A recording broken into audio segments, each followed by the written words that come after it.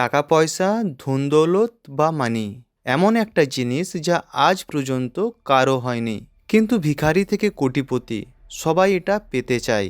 এটা শুধুমাত্র কোনো কাগজের টুকরো নয়, এটা একটা নেশার মতো জিনিস যেটা আমাদের শিকারী, লোহার ব্যবসায়ী বা বাদশাহতে রূপান্তরিত করেছে।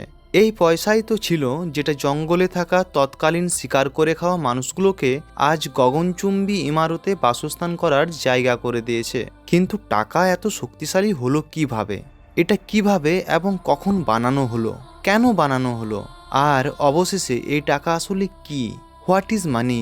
পয়সা এমন একটা কাগজের টুকরো যেটার নিজের কোনো দাম নেই, কিন্তু পৃথিবীর সমস্ত বস্তুর দাম আমরা এই টাকা দিয়েই জানতে পারি। আমরা দিন রাত পরিশ্রম করি পয়সার জন্য, আর পরে এই পয়সাই আমরা অন্য কাউকে দিয়ে দিই যাতে আমরা সেই জিনিসটি কিনতে পারি যেটা তার কাছে আছে। পরে সেই ব্যক্তি সেই পয়সাটি আবার অন্য কাউকে দিয়ে দেয় যাতে সে নিজের পছন্দের বস্তু কিনতে পারে। আর এভাবে এই পয়সা পুরো পৃথিবীতে এদিক থেকে সেদিক ঘুরতে থাকে। জানেন কি এই সময় পুরো পৃথিবীতে মোট কত টাকা আছে? যতটা নজরে আসে সেটা হলো $40 ট্রিলিয়ন, আর যেটা নজরে আসে না সেই টাকার পরিমাণ প্রায় $1300 ট্রিলিয়ন। কিন্তু এত এত টাকা এলো কোথার থেকে? এটা কেই বা বানিয়েছে? তাহলে আসুন আমার সঙ্গে যাওয়া যাক এমন একটা ভ্রমণে যেটাতে আমরা জানবো পয়সার এমন ইতিহাস যেটা আপনাকে সত্যি সত্যি বিস্মিত করে দেবে। আজ আমরা জানবো সেই সমস্ত কিছুই যেটা এর আগে আপনি কল্পনাও করেননি হয়তো। পাথর, রূপা ও সোনার কয়েন থেকে শুরু করে এমন টাকা পয়সা পর্যন্ত যেটা আমরা চোখেও দেখতে পাই না। সবশেষে কিভাবে এটা এমন একটা ভাষায় রূপান্তরিত হয়ে গেল যার ভাষা পৃথিবীর প্রতিটা মানুষ বোঝে। সবশেষে কিভাবে এই প্রাণহীন বস্তুটি আমাদেরকে গোলাম বানিয়ে নিল। তাহলে আসুন যাওয়া যাক আজ থেকে 20,000 বছর আগে, যখন টাকা পয়সার কোনো চিহ্ন মাত্রও ছিল না। এটা সেই সময় ছিল যখন মানুষেরা ছোট ছোট গোষ্ঠী বা কাবিলাতে বসবাস করত, আর তাদের তখন শুধুমাত্র একটাই লক্ষ্য ছিল, শিকার করা, আর যে কোনো উপায়ে নিজেদেরকে বাঁচিয়ে রাখা। কিন্তু শিকার এমন একটা জিনিস যেটা প্রতিদিন পাওয়া যায় না, কিন্তু পেটে খিদা তো প্রতিদিনই পাই। এই পেটের খিদাই ছিল যে এক গোষ্ঠী বা কাবিলা আর এক গোষ্ঠী বা কাবিলার কাছে কোনো না কোনো জিনিস নিতে বা দিতে বাধ্য করেছিল। তোমরা আমাদেরকে তাজা মাংস দাও আর আমরা আমাদের বানানো হাতিয়ার তোমাদেরকে দেব। এই লেনদেনে দু তরফেরই ফায়দা ছিল, কারণ ছিনতাই করে যদি কোনো কিছু পাওয়ার থাকে তাহলে একবার তো সেটা পেয়ে যাবে, কিন্তু দ্বিতীয়বার কখনো না। তাই এইভাবে জন্ম হলো বিনিময় প্রথার, কোনো বস্তুর বিনিময়ে কোনো বস্তুর লেনদেন করার। এটা মানা হয়ে থাকে। এই বিনিময় প্রথার শুরু প্রথমে মেসোপটেমিয়ায় বসবাসকারী আদিবাসীরা শুরু করেছিল। মেসোপটেমিয়া এশিয়া মহাদেশের উত্তর পশ্চিমে অবস্থিত একটি জায়গার নাম, যে দেশের বর্তমান নাম ইরাক। বিনিময় প্রথা আমাদের জীবনে অনেক বড় পরিবর্তন নিয়ে এলো। এক গোষ্ঠী আরেক গোষ্ঠীর সাথে এবারে লড়াই না করে মিলেমিশে থাকতে লাগলো। প্রত্যেকে প্রত্যেকের সাথে ট্রেড বা ব্যবসা করতে লাগলো। প্রায় 1000 বছর পর যখন মানুষ চাষবাস করতে শিখলো এবং মানুষের জনসংখ্যা বৃদ্ধি পেল, তখন এই বিনিময় প্রথার খামতি দেখা দেয়। এত বেশি সংখ্যক লোকের সাথে ট্রেড বা ব্যবসা করার ফলে এটা মনে রাখা বেশ কঠিন ছিল যে কার কাছ থেকে কী নেওয়ার আছে বা কাকে কী দেওয়ার আছে। এটা মনে রাখার জন্য আমরা মাটির টুকরোতে লিখতে শুরু করলাম, এবং এভাবে শুরু হলো অ্যাকাউন্টিংয়ের। আমরা জিনিসপত্রের হিসাব রাখতে শুরু করলাম। কিন্তু বিনিময় প্রথার ঘাটতি তবুও মিটছিলই না। সব থেকে বড় সমস্যা ছিল যে বিনিময় বা ট্রেড করার জন্য দুই পক্ষেরই রাজি হওয়া জরুরি ছিল। তোমার তো সেই জিনিসটি চাই যেটা আমার কাছে আছে, কিন্তু তোমার কাছে যেটা আছে সেটা আমার চাই না। এভাবে ট্রেড করা বিরাট কঠিন হচ্ছিল। বিনিময় প্রথা দিয়ে ট্রেড বা ব্যবসা করা সম্ভব হচ্ছিলই না। এখন আমাদের এমন একটা কিছুর দরকার পড়ছিল যেটা সবারই দরকার পড়বে, আর এভাবেই শুরু হলো পয়সার।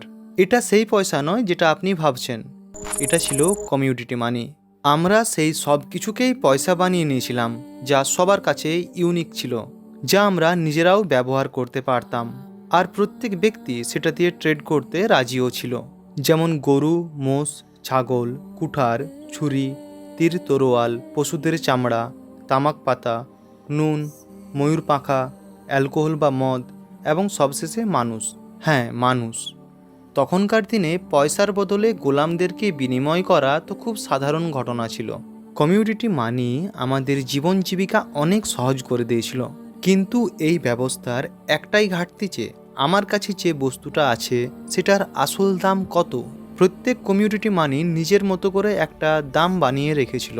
এখন আমরা এমন কিছু চাইছিলাম যেটার কিনা নির্দিষ্ট দাম থাকবে, আর সেই দাম বেশি সময় পর্যন্ত টিকে থাকতে পারে।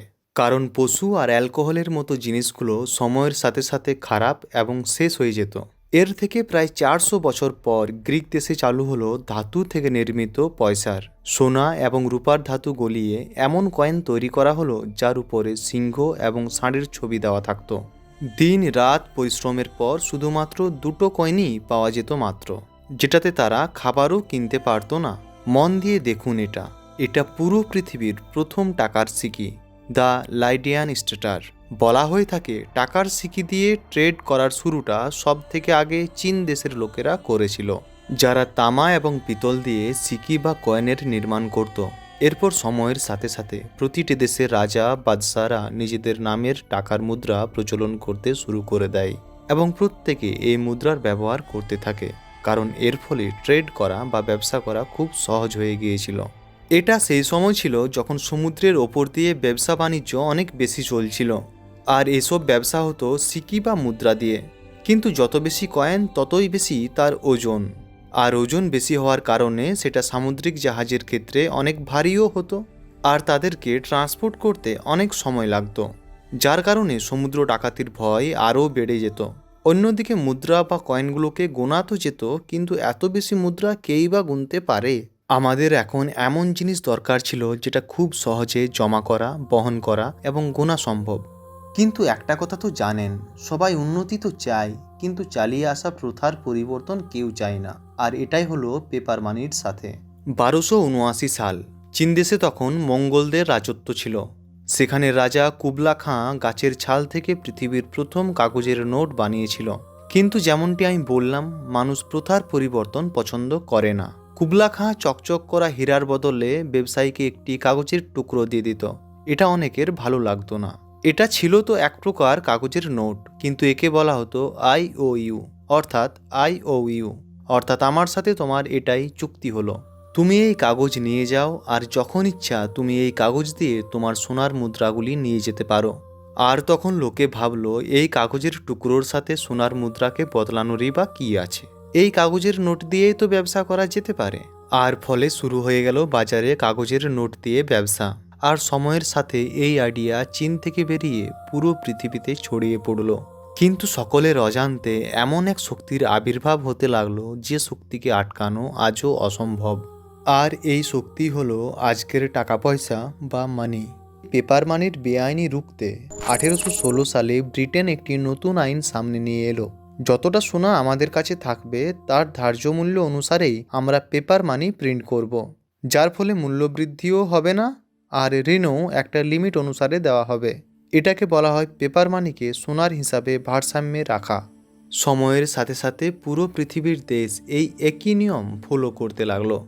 আর অবশেষে 1900 সালে আমেরিকা যুক্তরাষ্ট্রও এই নিয়মের সম্মতি দিলে পুরো পৃথিবীতে এই নিয়ম লাগু হয়ে যায়।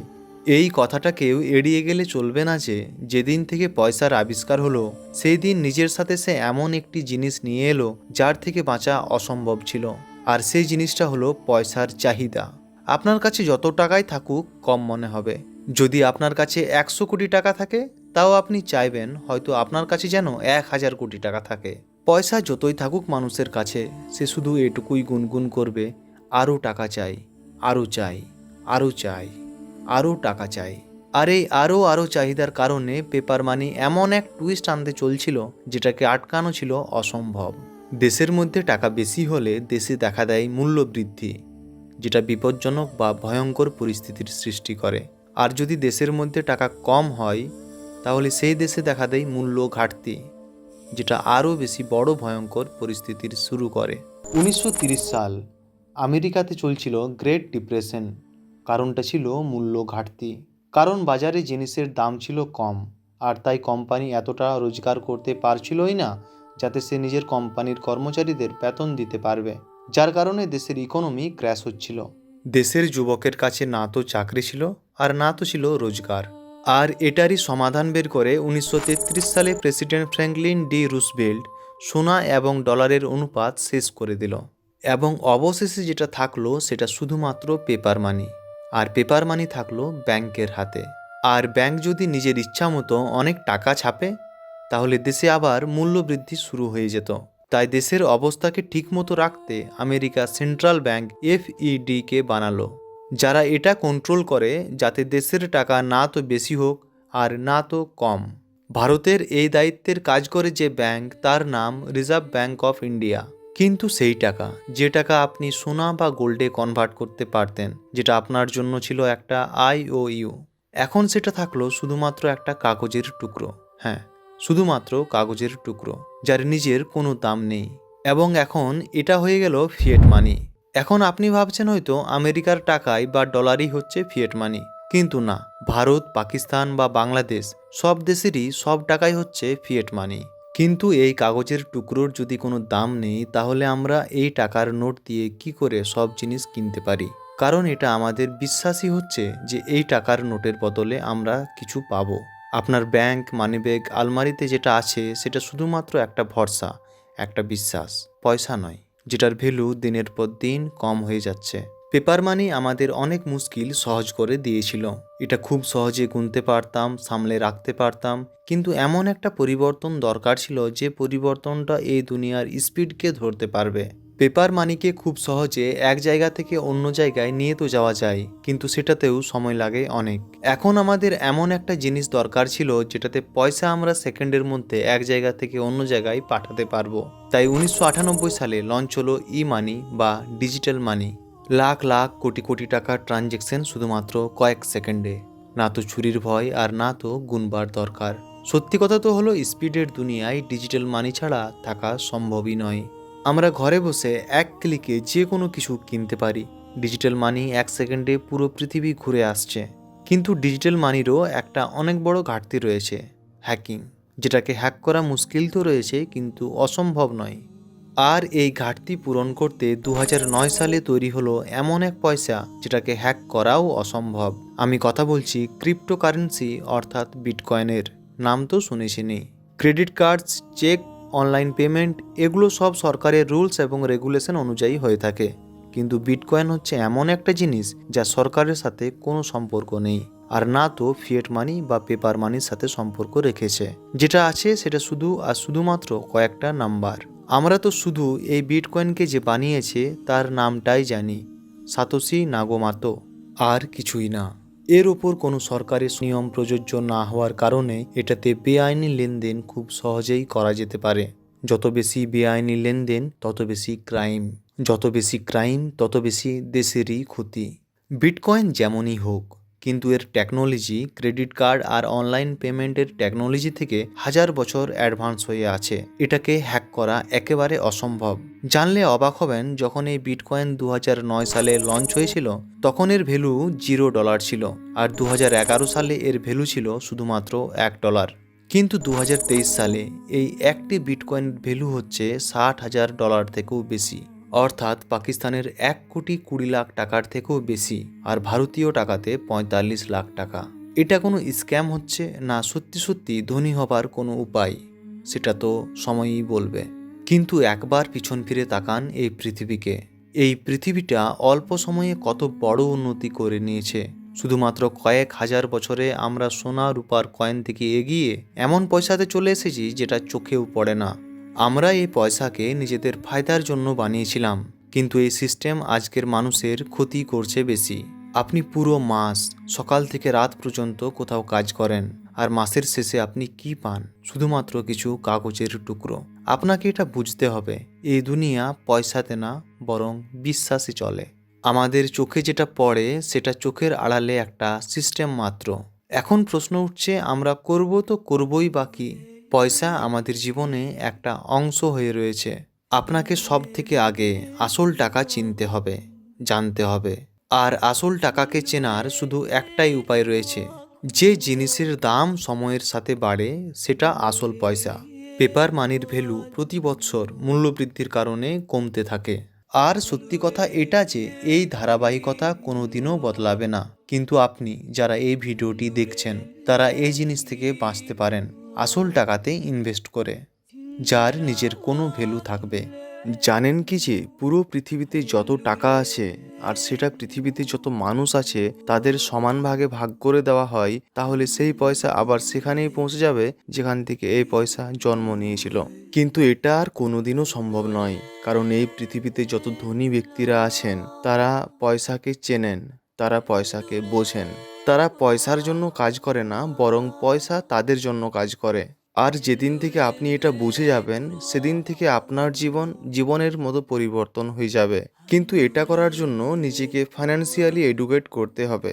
যে পরিশ্রমটা আপনি এই পৃথিবীকে গাল দিতে এবং পৃথিবীর সাথে লড়াই করার জন্য কাজে লাগান, সেই সময় এবং পরিশ্রমটা আপনি আপনার ফাইন্যান্সিয়াল এডুকেশন ঠিক করার জন্য কাজে লাগান। কারণ এই পৃথিবী কোনো দিনও বদলাবে না, অতীতেও বদলায়নি আর ভবিষ্যতেও বদলাবে না। আপনাকে নিজেকেই বদলাতে হবে। একটা কথা মনে রাখবেন, যত বেশি শিখবেন তত বেশি টাকা থাকবে আপনার কাছে। শুধুমাত্র পুঁথিগত শিক্ষাই যথেষ্ট নয়। আমাদের কাজ ভালো লাগলে চ্যানেলটিকে অবশ্যই সাবস্ক্রাইব করবেন। আজকের ভিডিওতে এতটাই। দেখা হচ্ছে পরের ভিডিওতে। ভালো থাকুক এই পৃথিবী, ভালো থাকুন আপনিও। ধন্যবাদ।